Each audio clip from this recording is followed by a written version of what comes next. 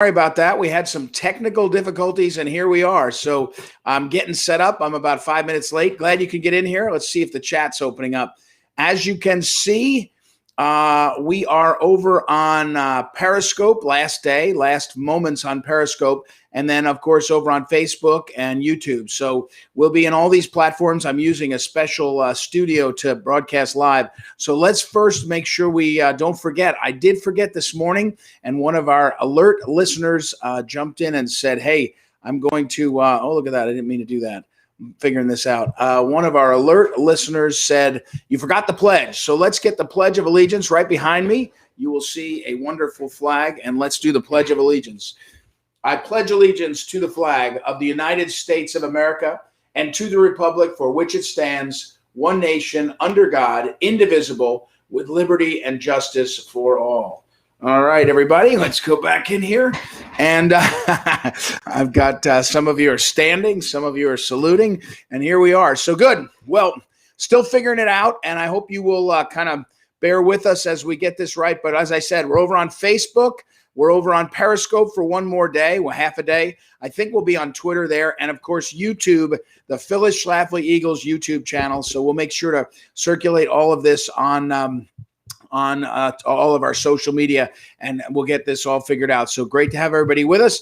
I cannot see your chats yet, so we'll see if the chat function works going forward. Right now, I'm not seeing them, but hopefully we'll get that going. Oh, maybe I did it here. Maybe I blocked it. Anyway, all right. So Georgia, you've seen the story out of Georgia. Now, I want to draw your attention to three things, maybe four. Well, three things. Let's go with three to start.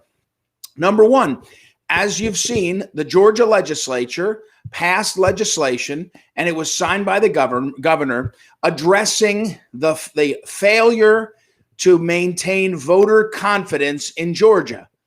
It is the policy preference of the elected officials to address the problems they identify.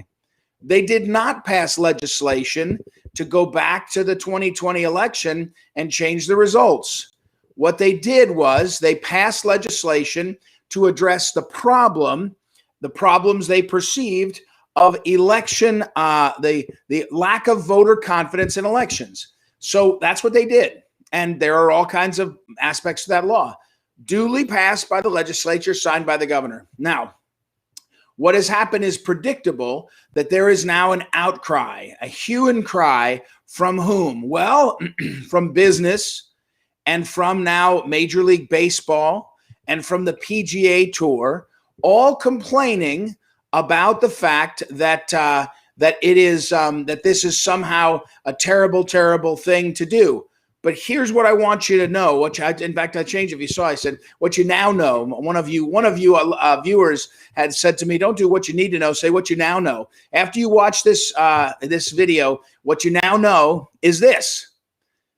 They're using the playbook that we've talked about for 2 months to try to cut off what I would say is policy progress. What do I mean by that? Remember, the mainstream media, big tech, big media, big government has been pushing the notion that everything was perfect in 2020's election. In fact, if you say it was not perfect, you're probably part of that insurrectionist group. Now, the CEO of Delta, based in Atlanta, is objecting to the legislation that the legislature passed that was signed by the governor.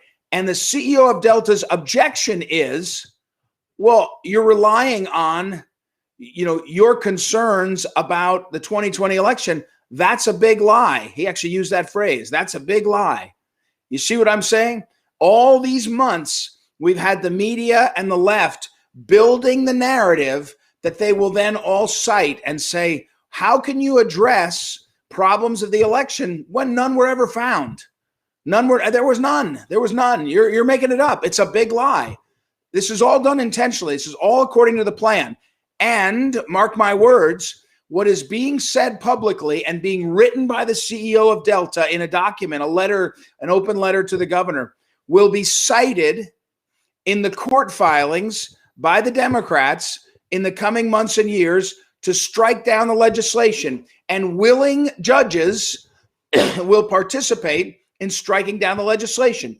This is all according to the plan. This is using all the pieces. You don't take out a political opponent with one knockout punch. It's 1,000 cuts. It's a narrative of 1,000 cuts all across this landscape in America, and that's what they're doing. So, by the way, the Major League Baseball, I think it was one of our viewers, Fern from out in Sedalia, Missouri, was sending me an email earlier. Both the PGA and Major League Baseball, you know what they use? They have rules for their elections. This was Fern's point. For when they run their elections, they actually have rules. They pass their rules to govern their organization. In other words, nobody's telling the PGA how to run their election. Nobody's telling the Major League Baseball how to run their election. It's none of their business. And nobody should tell Georgia how to run their election. Georgia should address what they want to do and how they want to do it. Look at that cool graphic right there, huh? And how they want to do that and how they want to run their election. But here, my point here is feel the setup.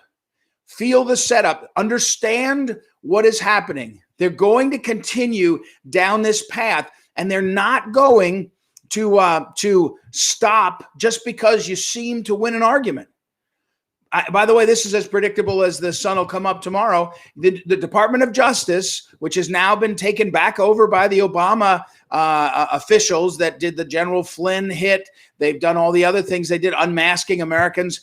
As predictable as the sun going up, they will begin a Department of Justice investigation into whether the conduct by the Georgia legislature violated the civil rights of American people. And they'll use this. Remember, it's all the process will be the punishment.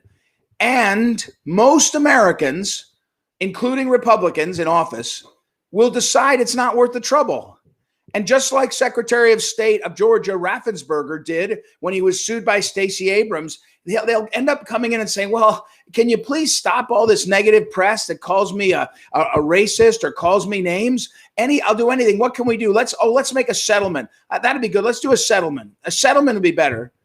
And so what we have to do, you and I, two things we have to do. One is we have to tell the truth about what's going on and predict what's coming so that people start to say, oh, I see it. I'm not going to fall for it. I'm not going to believe that this is an organic development, that the Delta CEO is using the same language that George Stephanopoulos used 2 months ago, or that the Major League Baseball is using the same language that the Biden administration used 6 weeks ago, or that the PGA is citing threats of violence just as Nancy Pelosi did 5 weeks ago. It's all part of this effort to take control of the country. And remember, there's not a room that everyone's in coordinating all this.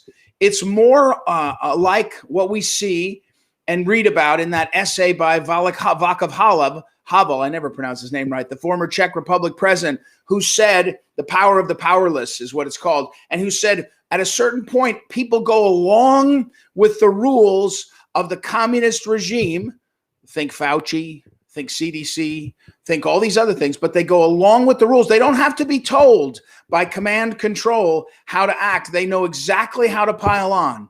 And right now we're seeing what's happening to Georgia as an example of what, and don't think for one moment that in other legislatures across the country, state reps and state senators who are not used to negative attention of any real scope are not looking up going, oh man, what's going to happen there? What's going to happen there? And the corporate America that has to play ball with the big media, big tech, and especially big government is going to be the agents of forcing that consensus. So that's what you now know, and you can take it to the bank, guaranteed to happen over and over again. And again, the two things we have to do is know it's coming, stand up and say what's happening. And then the second thing is buck up our people and ourselves to not tolerate it. There's no